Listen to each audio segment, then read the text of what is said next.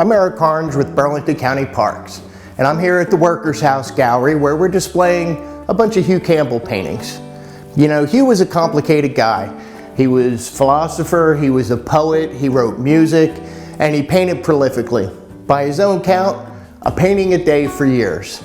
So we're going to take a look at a couple of those paintings here today. Hugh Campbell came to Burlington County in 1932 and continued to paint into the 1980s. Sometimes he would paint the same scene in a different style at a different time in history, of course. This painting you see behind me we think is Green Street in Mount Holly. So we're going to go to Green Street, meet artist Art Smith, and you can decide for yourself. So Hugh painted all over Burlington County. Sometimes it was along the Rancocas Creek, like in this painting, or one of the many farm fields that dot Burlington County.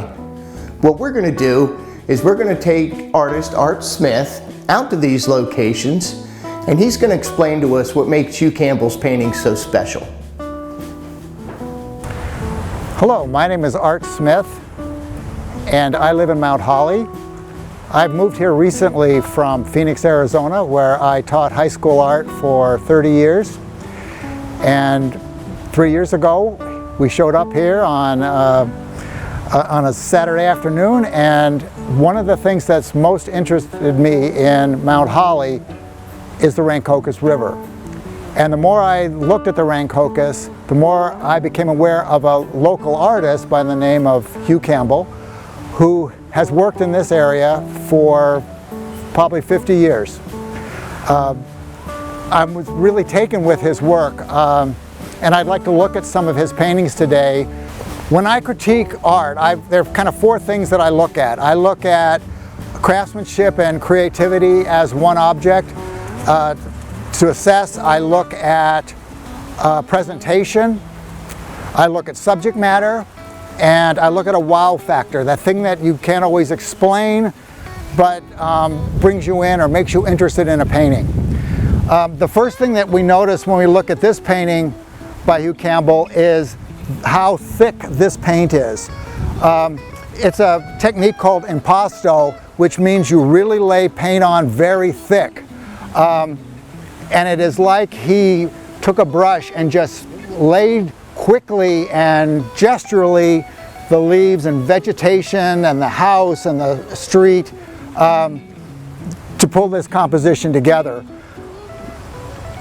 What's interesting is his use of color and how his color blends and works together. Another interesting aspect about this painting is that we're taught as artists to critique our own work and then other people's artwork that there's a rule of thirds that goes on. Now, Campbell was really untrained. He had no public or professional training as an artist, but you can see that this painting is interestingly split into thirds. You're half here and you're half here. The building here on the left is your rule of thirds, and this is on the rule of thirds here, and this breaks it third ways from top, third to bottom. Your eye travels down this road back behind the building, which gives you depth. What's interesting to me about this painting is that the presentation comes off as this is a snapshot of Mount Holly, which is really what he's known for, in the sense of documenting a time and place of a small town in America, and you see this in this painting as in the other two that we're going to look at.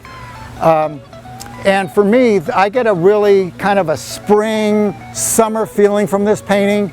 The greens, the yellows, the oranges that he's worked in there are pretty profound and pretty amazing.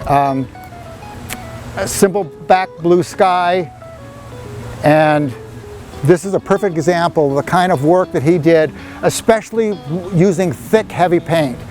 He didn't have a lot of money for paint, didn't have a lot of money for brushes, so he really splurged on this painting.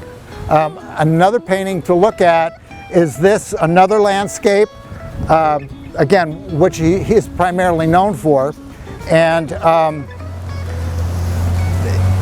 you see in this painting the brush strokes and the paint is not as thick as the painting in this other painting, as the paint in this painting up here. Again, Campbell is really known as an impressionist, which means that he's giving you an impression of a place, not necessarily a photographic image of that place. Again, we have a nice movement into this painting with the gray and bluish gray of the road that brings you back in here, and as that turns back around behind this building, your eye is pulled back into these kind of red rust colored buildings in back.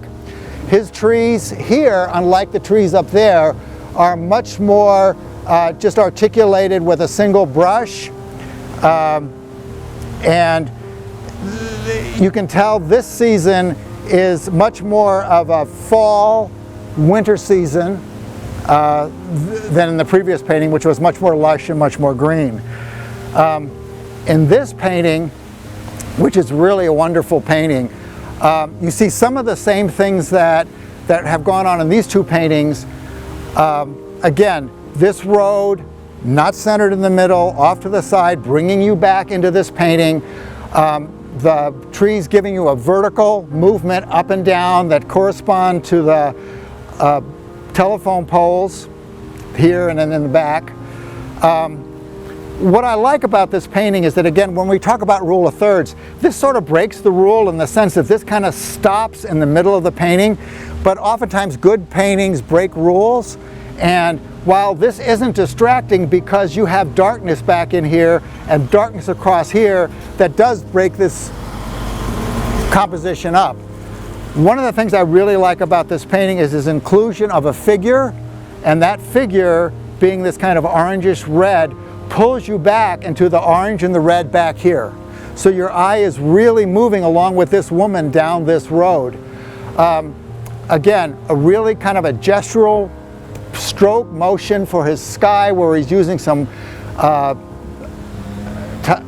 untinted titanium, and he's using some purples and a little bit of green in there to create, for it looks to me like a winter scene. There are no leaves left on these trees, where you still got a few leaves down here. You feel that coldness, and that's, for me, one of those wow factors, that it's like I can really feel the air. I can feel where we are in not only a place, but in a season and temperature. I think he was attracted to this place probably as much as he was attracted to all the places he walked all over Mount Holly. He kept coming back and looking and documenting what he saw.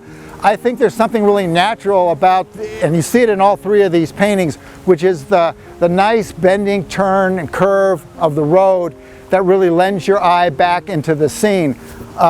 And you can see that he's documented summer, fall, and winter, so he was attracted to this environment because I think because of the buildings and the vegetation, but it has to be that road as being a real pull-in for him. Besides the road, each painting makes use of trees.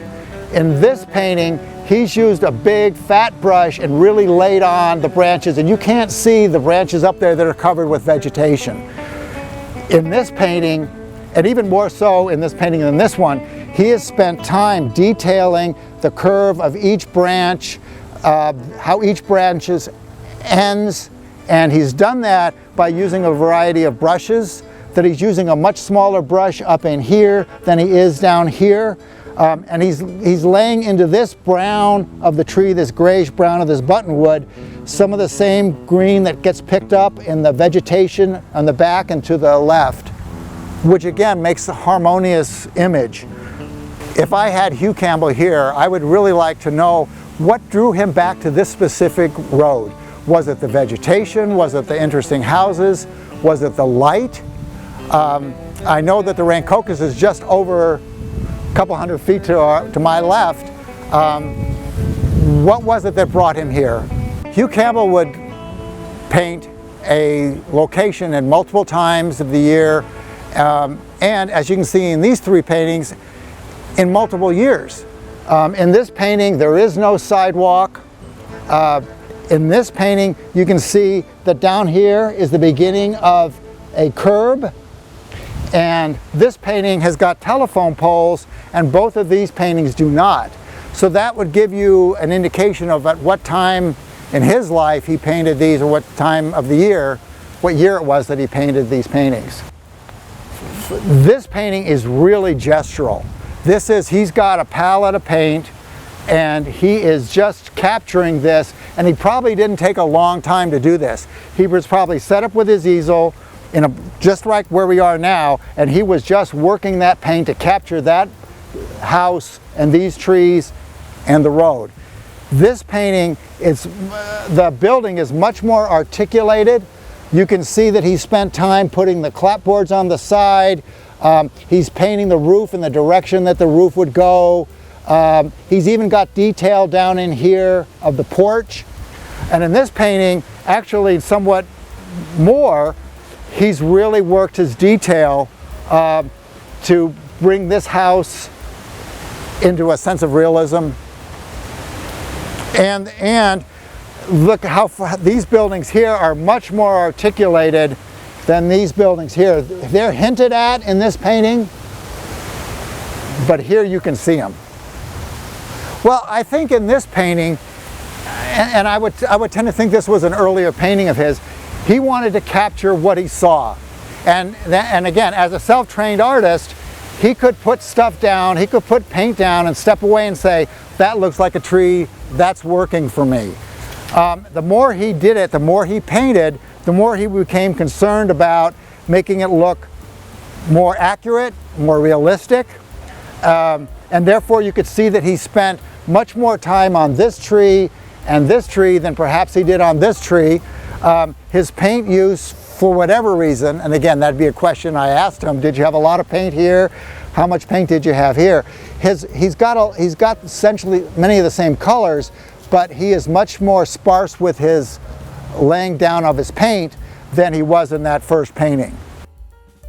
Another change or evolution you can see in here is that there are no people in either one of these paintings, but he's got a person in here, and some of his paintings have people in them. He was really iconoclastic. He really stayed to himself. He was a private guy, although he was out there all the time painting around people and having people interact with him. He was a loner. I mean, he meditated day and night at the Mill Dam Park, 200 yards that direction. This is a very vibrant painting of vegetation and foliage. He's got a lot of not only color going on in there and the blending of color on the canvas, but he's got that motion. When he's painting this, he's moving almost in a dance-like way with that canvas. These paintings are more controlled, more, he's thought out how he wants to do this. This is just, here it is, catch it. Which makes this really interesting painting, I think. This is a type of painting called plein air, which means you're painting out in nature. And one of the dilemmas or things that a plein air painter has to deal with is the changing of light as the sun moves across the sky. Most plein air painters kind of center in on how it is when they first see it, or they kind of wait and catch it at the end. Today, a lot of plein air painters can take a photograph and then reference that in terms of that stop motion of light, but Campbell didn't have that opportunity. So he is making a decision sometimes in this painting of where he's seeing the light. And that may come from here where he's just working fast and catching it within that hour, 2 hours that he's painting that. On these, he may have an idea of where he wants that light to be, and then comes back in and makes it all consistent, because the light will change. I think this painting was done on site, completed on site, and he walked away with it done. These paintings, I would think that he laid down primarily what he wanted to get, and probably spent 3 hours, 4 hours on it, I could imagine, and then went back to his studio and finished it from memory, or again, we don't know. Maybe he brought that painting back a second day. But it seems to me that these have more time spent fine-tuning the image, and this is quickly, you know, a Gauguin type of, here it is, I'm getting it all out. Thanks, Art. And be sure to join us next time when Art Smith takes us out on the farm.